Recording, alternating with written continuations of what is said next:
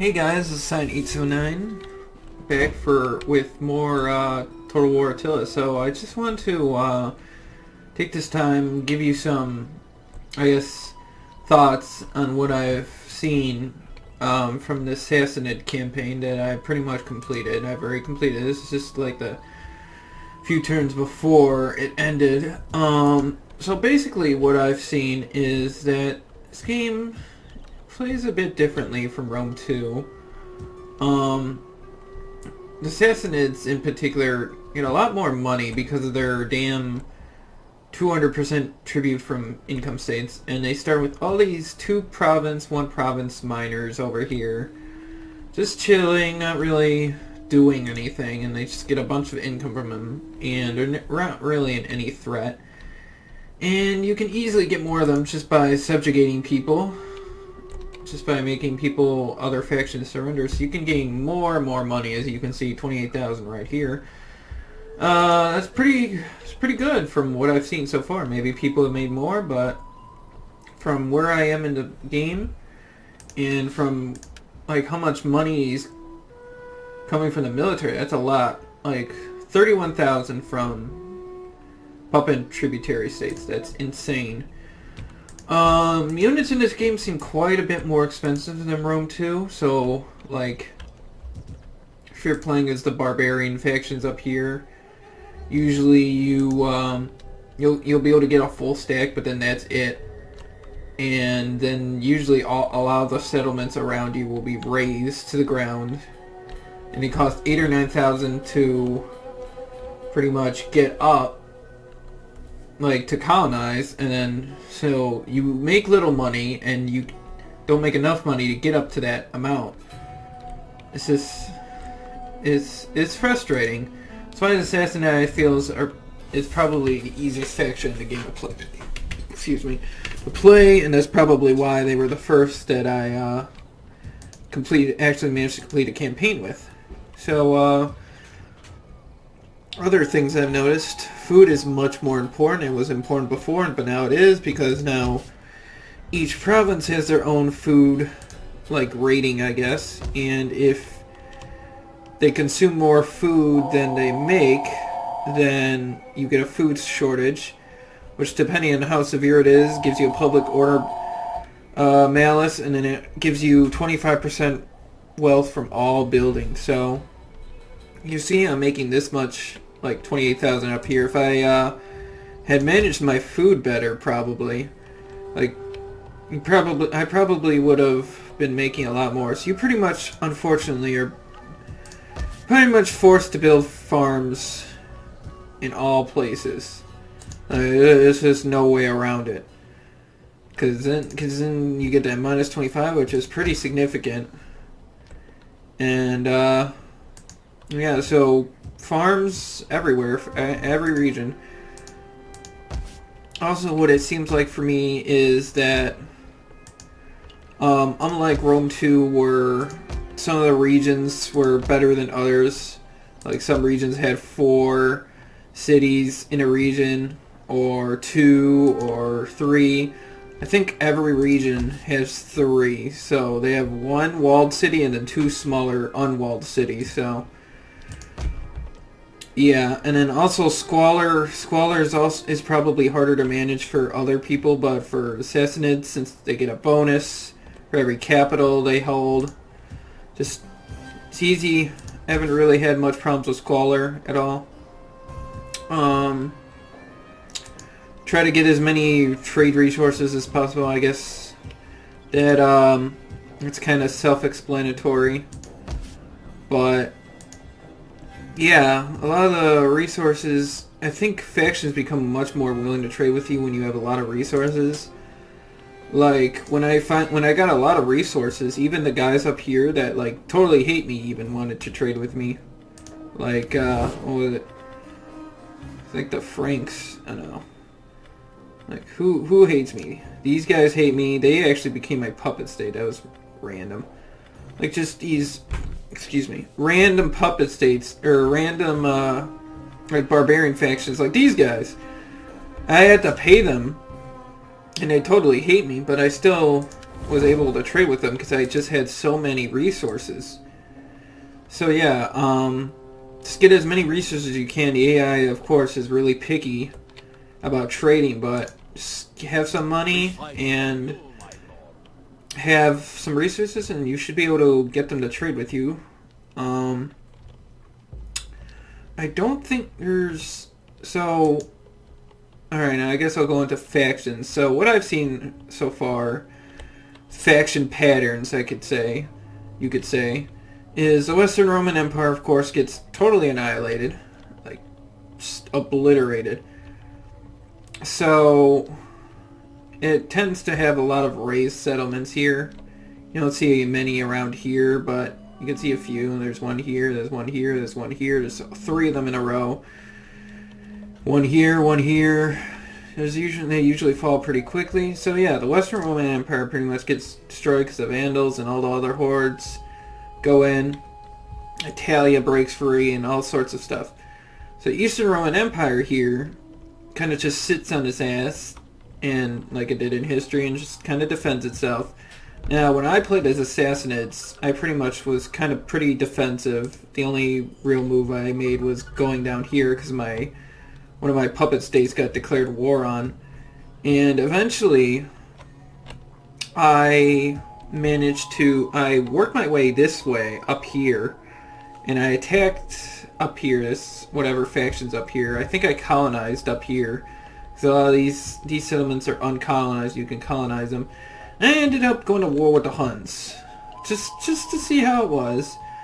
I managed to destroy a few stacks. Let's see, can I see, is there any like little victory things? Little things that tell you won a victory here? No? Okay. Well, pretty much I held my ground like around this area right here. Because they were here and they, like for some reason you can't hold us straight. Like you can't sit here, or you can't sit like across a river. They'll just instantly somehow like screw your zone of control. So yeah, the Huns are fighting the Huns was a bad idea. I destroyed a few stacks, but knowing the Huns, of course, there's always more. And I found out they always respawn until Attila pretty much becomes king, which is around, I don't know, many turns into the game. So anyways, yeah, the Huns aren't worth fighting. But a lot of factions end up at war with the Huns, and the Eastern Roman Empire in particular starts at war with the Huns, so it's really annoying for them. So basically what the Huns did is, I made peace with them, and then they kind of just went around here, sacked every single settlement, here, here, here, here, here. All these settlements got sacked, and I just went right from each one, colonized all of these settlements because I was making so much money as Sassinids, and I was able to, and I took all these settlements without a fight. Same with these over here. Huns just went over here, sack, sack, sack, sack, or raise, raise, raise, raise, take, take, take, take, take, take, take, take, pretty much take, yeah. So basically it's Sassinids. You could just sit back, gather up an income, and then just colonize the heck out of this. The hordes move west. And I even managed to ally with myself with the Eastern Roman Empire. They don't like me very much, as you can see right here. He dislikes Western Romans, apparently. Yeah, he hates me. But they haven't, like, broken their alliance or anything, so they're not a big deal. I've only had one puppet state that's like broken their trade agreement, and I just ended I was just like, oh heck no, and just ended his puppet status and just proceeded to annihilate him. I believe he was these two settlements right here. So yeah, that's pretty much what I've seen faction wise. At least from the Sassinid point of view. I've played a couple of Barbarian point of view where I've said, you know, Western Roman Empire gets raised, as you can just see right here. And they don't usually make large kingdoms, so yeah. So family tree wise, what I found, in the beginning it was really annoying and frustrating because I didn't know what I was doing, but what I found is you probably should put like a good maybe half your guys on as a governor, and then half of them as a general. So you have the generals who win battles and gain influence that way, and then the governors who rank up as governors, because they rank up when they're governors, and then they're safe from harm, so you don't like lose everyone in these fierce battles. So basically, just let them gain influence, and the more influence you gain, the more power you get. Which means that these little stupid intrigue things over here are really useless. I've tried some of these. Some have had more success than others. Like this gather support works probably about 60% of the time. I've only tried this once. Never tried this. Never tried this. I don't think this is worth it. I've never tried it because it just seems stupid. Because it just seems like it's bound to fail. I've tried to assassinate like 5 times on a single guy who was wounded. He always survived somehow. Until like, I guess the last time. It was such a waste of influence. Secure loyalty. Okay. It's pretty good. I've never had it fail, so this is a decent one. Arranged marriage. Never used because you could just do it in diplomacy, which I don't know why they have it here. I guess you can, if you want to marry one of your people off to like the nobles or whatever. This I've never used because why would you divorce unless your wife is really bad? But then you could just use your wife to do. Just use your wife's influence to do stuff. So why would you? And then this one is obviously, this is the absolute worst. I have never seen this Sikh wife happen. I've never had it like succeed. So it's like real life love is very hard to find. So basically all I can say is keep your influence high, especially your ruler, because if your ruler's influence is high, then these guys over here won't get their stupid more influential than ruler stuff. Very annoying. And also office given to subordinate. I still don't understand that completely. But, yeah, so that's that. Also for great power, a lot of people have been wondering how great power works. So basically how great power works is, I think it's in relation to all other factions in the game as evidenced by this strength rating right here. So now the problem is a lot of these hordes go over and raise a bunch of settlements and don't take them, right? So technically they don't get any stronger because they're not taking any settlements, but the factions they're beating down lose settlements. So basically factions like the Western Roman Empire, Eastern Roman Empire here get taken down, but the factions that are attacking them don't gain any stronger. A lot of these one province barbarian factions also just raise. So basically, if you're like people like the Franks here, who are just a one province minor, after a few turns, you can like 10 turns, you can easily go up to a high strength rating just because everyone else is losing armies to the hordes, losing regions, and you're building up stacks, and you get 2 provinces, and suddenly you're a great power. So I think that's why people are frustrated with the great power and gaining the malice for great power too soon. And also keep in mind that great power has different like things for everyone. It's actually not always a malice. Like this guy over here, perfect. Admire strong empires.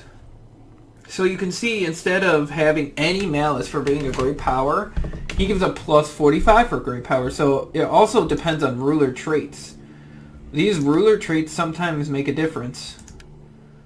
Like, let me see. Hates rival empire. So this guy gives a minus 150. And he's a puppet state.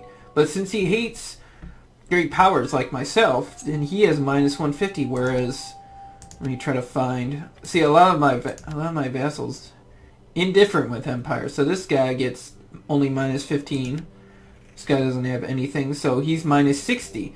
So all the traits give different kinds of malices. So you can have malices like 150, I think is the highest. Or they can actually like you for being a great power. And also, religious intolerance, tolerance, that plays a factor, but it plays a much smaller role. So yeah. What else? Oh yeah, the seasons I think are 4 turn. Each year is a turn, or each season is a turn and stuff. I think now it's unlike Rome 2, where you could be safe on the roads from winter attrition. You take winter attrition everywhere, everywhere, even on roads. So I don't know why they added in that. It makes factions like the Geats up here ridiculously good because you can just avoid all the winter attrition. Same holds true with the deserts. Same thing, pretty much, but it's more. I guess it's more in a limited area. I think it's only in the area. Honestly, in this area right here, maybe part of this area here. But yeah. Also, I guess last thing with technology, you really don't get a lot of your good units until pretty much this area, and a lot of these technologies upgrade your units, like this one. So I've seen a lot of complaints, like people when you upgrade the units and their upkeep costs like skyrocket. So if you want to avoid that, if your units are sufficient for the time being, I guess you could just avoid this research, but you're gonna have to do it eventually. So maybe just work on Civic more. And some of these technologies have like amounts. I think it's like at like Hannibal at the Gates, where they have amounts, and it takes 1 turn to research, and you just pay an amount, and it gives it to you. So, but a lot of these, like the things for getting all the technologies in a certain box, are pretty good. They're all different. It's just not. It's not like something. Well, at least yeah, they're all different. So, get a different thing for each tier you get. So anyways, guys, that's pretty much all the stuff I've learned so far. I haven't really touched naval battles or whatnot. So if you guys want to know more, if you guys want to ask questions, feel free. If there's something I don't know, maybe I'll go play the game more and play that try that specific thing out, see for myself, and then come back to you. But anyways, guys, I hope you learned something from this. And this is Sassinid 879. Have a good day.